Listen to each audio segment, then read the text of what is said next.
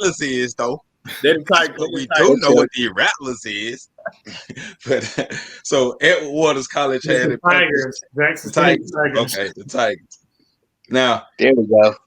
it's saying Edwards. They being nice. They're saying Edwards Waters College had a puncher's chance against Jackson State. We all knew Jackson State was going to beat them boys.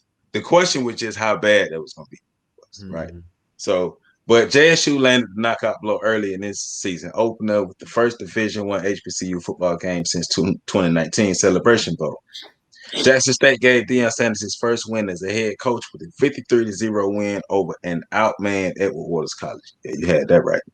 The JSU defense held EWC, which is Edward Waters College, without a first down for the entire first quarter as the offense set the tone at the line of scrimmage. Jalen Jones, who got the start at quarterback, found Warren Newman for a 6-yard touchdown on JSU's first possession of the game.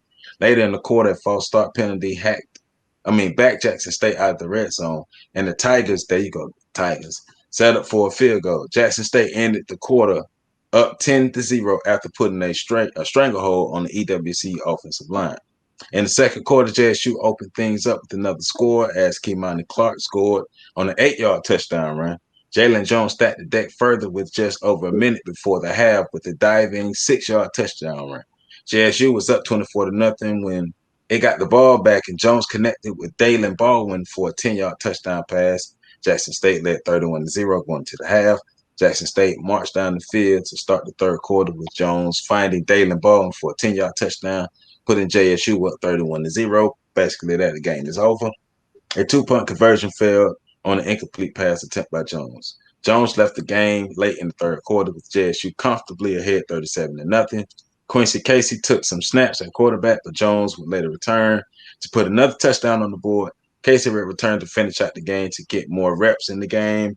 That was never close. Jackson State will be back next in Jackson to take on Mississippi Valley State, which is this weekend or whatever, in the SWAC opener. So, Deion Sanders, man, how y'all feel about Prime getting his first win? We excited? Y'all excited? Y'all don't care what it is? It was good. Excited. It was good. Excited, man. It was good. They still got. They ain't played nobody yet, man. It's Ed Waters. It was a warm up game for them, but to still put up 53 points, that's good. What that's where I'm at. That's why I'm giving them credit because we, like I said, we expected them to win. We didn't really expect Edward Waters to be competition. So, but to put up 53 points and blank them boys, they did what they're supposed to do. Yeah. Yeah. For me, it's still kind of weird to be watching football in February. Yeah. Trying to get my mind wrapped around football in February. That's still an adjustment for me. Yeah. I take it though. I take it. Heck yeah, man. I was gonna say, man, I think it's great, man. I wish it was like this all the time. Football, you get through with football, then football start, and then when that get done, some more football start. Like spread it out, shoot. Man, you know the ratings would be crazy, man. Yeah. But I'm anxious to see not necessarily this year's Jackson State. It's next year when everybody's playing. Mm-hmm. And Jackson State get to play FAMU, Grambling, Southern, BCU, everybody. And it's not just like this abbreviated spring season like this. But like I said, I take it. Definitely take it. But so how do y'all, I know I asked this before, but I want to ask it again. How do y'all think really Jackson State gonna turn out this year? Like, because they do have talent on their team. So do you think Jackson State will actually be able to win the SWAC this year, or they'll put up a good fight? They definitely loaded now. Like he got some top tier recruits in there. So I think off of the roster alone from recruiting, they should do something. You know what I mean? Now, what that looks like when it's all put together and you really get battle tested by these teams that have been together for a few years, it's going to be the telltale. Because you can put all these guys together, and if it don't look good, in year one because they all brand new, I mean, it's easy to put talent on the field and beat Edward Waters. That's one thing. But can you beat a FAMU team that was just, technically, you know what I mean? It could have been national championship, but in any regard, we'll see what it looked like. when they really get battle tested. I think they're gonna be all right. I think they're gonna be good. Right.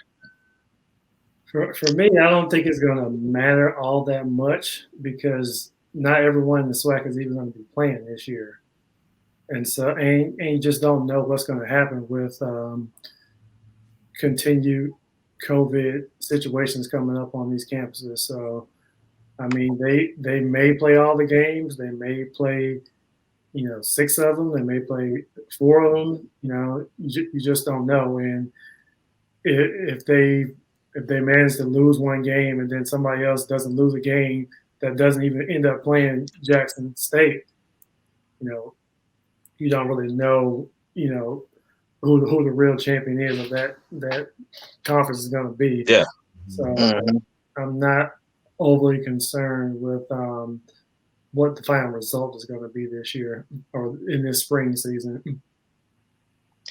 Yeah, like you were saying, Joe. I mean, this season I think you just more looking at how they look on the field.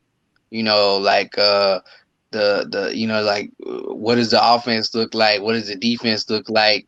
How's Deion look? Organizationally as a coach, those kinds of things. Because like what Javard was saying, I mean, the games themselves, the win-loss record. I mean, you want to win every game you play, obviously, but in this kind of season, where it's like, half the teams have opted out.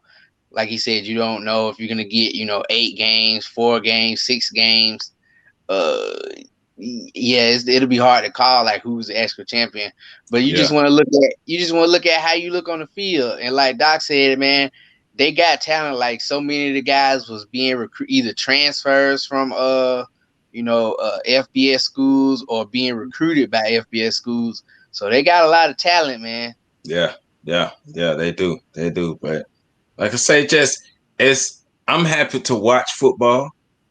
I am gonna try to find these games on these streaming things. But I'm happy to watch football, and we're gonna get what we get. But we know the next season, 2021, 2022,